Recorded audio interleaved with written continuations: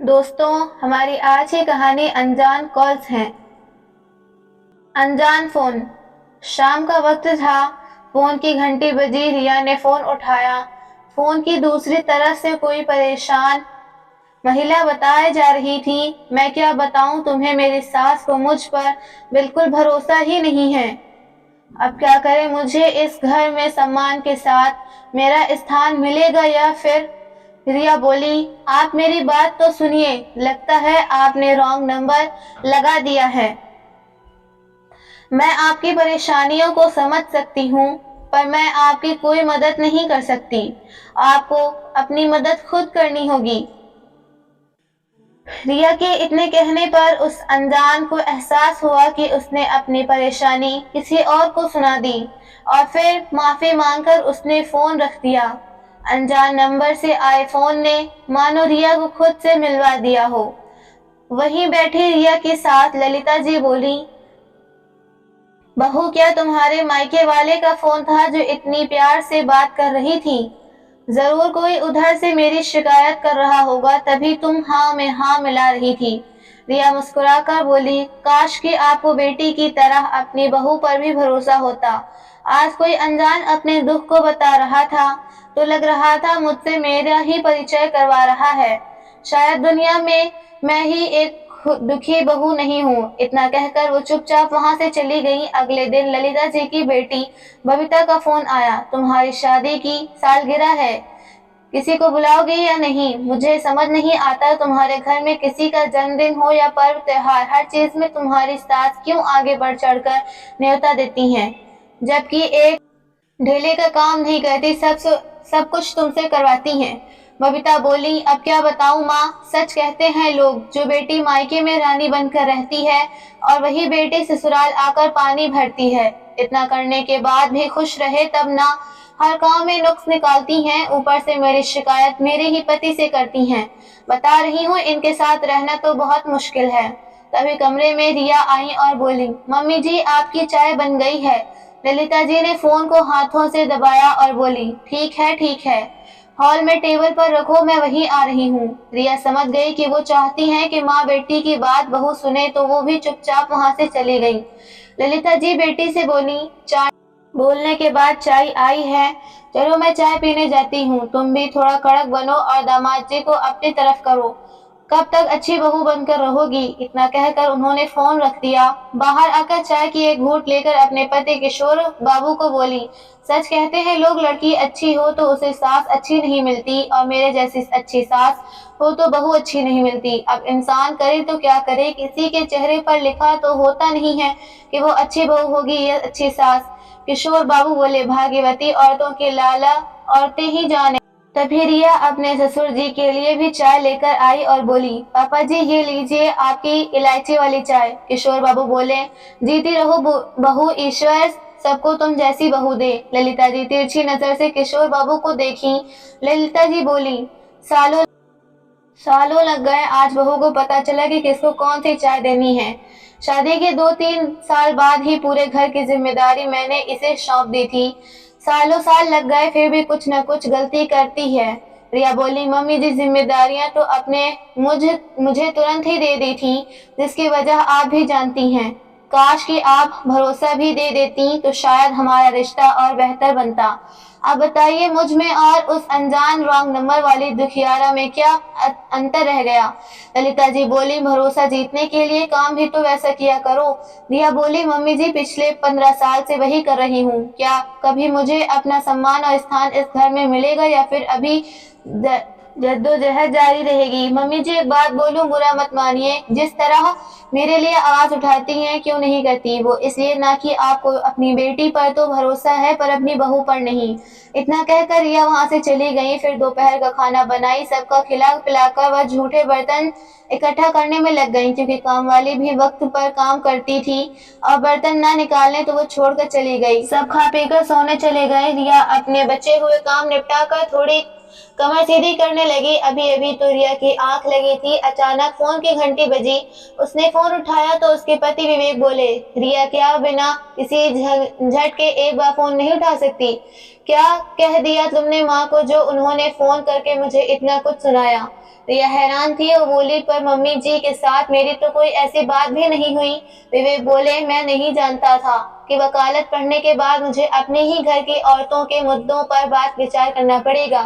अरे माँ, नहीं समझते तो तुम समझा करो मेरी परेशानी। मैं दुनिया का केस लड़ सकता हूँ पर तुम सास बहू का नहीं। आशा करता हूँ ये विवाद तुम खुद सुलझा लेगी।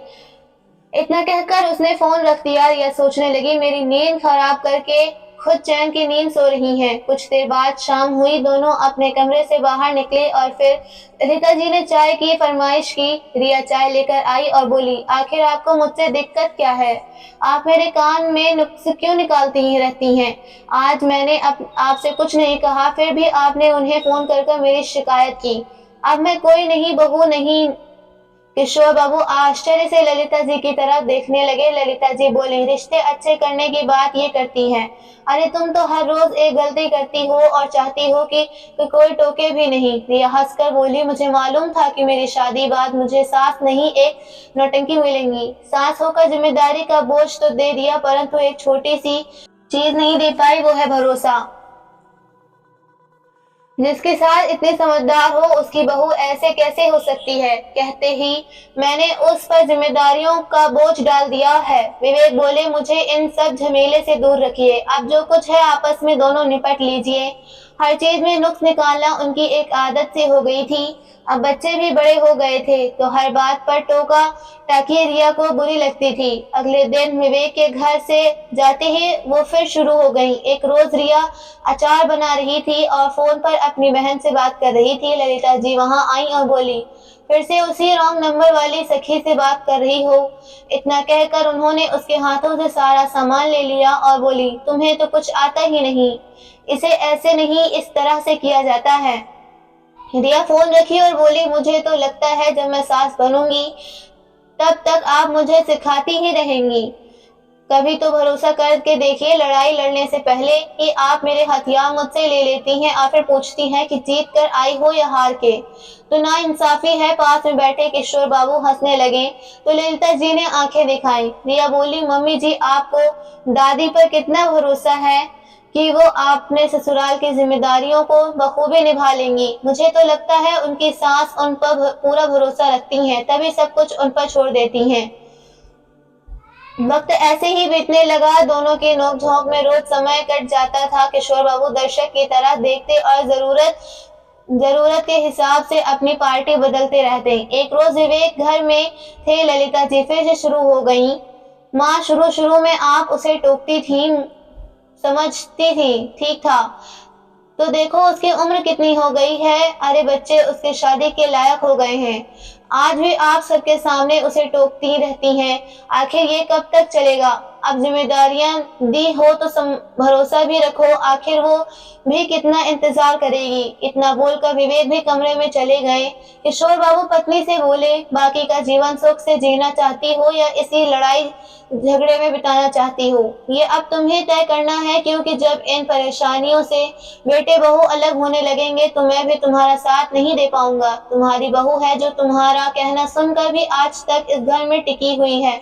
मैं तो कहता हूँ तुम्हारी बेटी भी इतना बर्दाश्त नहीं कर पाएगी। इतना बोलकर वो काम में लग गए। फोन उठाती तो ललिता जी उसकी तरफ देखती थी। रिया मुस्कुराकर बोलती, मम्मी जी गलती से बेचारी का उस फोन लग गया होगा, उसने अपनी परेशानी क्या समझ कर साझा कर ली। आप तो मुझे शंका की दृष्टि से देखने लगी हैं। भरोसा रखिए, अब मेरी उम्र नहीं रही नैन में टक्का करने की। इतना कहकर मुस्कुराकर रिया उनकी हर बात को टाल देती थी। एक रोज बबीता के घर से उसकी सास का फोन आया और उन्होंने ललिता जी को खूब खरी खोटी सुनाई और बोली, मैं अपनी बहू को अपने तरीके से संभाल लूंगी, आप कृपा करें और अपनी सलाह न दें। मुझे भरोसा है कि आज न कल सब कुछ सीख लेगी, परंतु आपके कहे हुए शब्दों के कारण ये मुझ पर भरोसा नहीं रख पाती है। आशीर्वाद देने से भेदभाव क्यों मम्मी जी? इमोशनल आशा करूंगी आगे से आप ऐसा नहीं करेंगी। रिया ने आगे बढ़कर उनसे माफी मांगी और सारी बातें अपने ऊपर ले ली। ये देखकर ललिता जी बहुत हैरान हुई। कुछ दिन ललिता जी बहुत खामोश रही। बेटी का फोन आता तो वो ज्यादा कुछ नहीं कहती। एक दिन रिया उनके लिए बड़े प्यार से अदरक वाली चाय बनाकर ले गई और बोली, मम्मी जी, दीदी की सास की कही हुई बातों को भूल जाइए, आप भरोसा रखिए। जब उनकी सास को उन पर भरोसा हो तो दीदी के साथ कभी कुछ गलत नहीं होगा। ललिता जी बोली, बहू, मुझे उसके लिए बुरा नहीं लग रहा, मुझे तुम्हारे लिए लग रहा है। मैंने कभी तुम पर भरोसा नहीं किया, परंतु उस रोज तुमने मेरी गलती के लिए उनसे माफी मांगी और सारा कुछ खुद पर ले लिया। मैं खुद को बहुत छोटा महसूस कर रही हूँ। सच कहते हैं तुम्हारे ससुर जी, तुमने तो अपनी जिम्मेदारी निभाई, शायद मैं ही भरोसा नहीं दिखा पाई। रिया मुस्कुराकर बोली, मम्मी जी, इसका मतलब अब आप मुझ पर भरोसा करती हैं, ये जानकर मैं बहुत खुश हूँ। चलिए एक नई शुरुआत करते हैं। हमेशा आपका बेटा कहता रहता है कि हम दोनों लड़ते रहते हैं। अब मैं उन्हें दिखाऊंगी कि सास बहू भी माँ बेटी जैसा रिश्ता बनाकर रख सकती हैं। इतना कहते ही ललिता जी ने रिया को गले से लगा लिया और रिया ने भी बीते सालों की बातों को भुला दिया, क्योंकि अगर आगे का जीवन सुख में बनाना है तो बीती बातों को एक किनारे रखना ही होगा। अंत भला तो सब भला।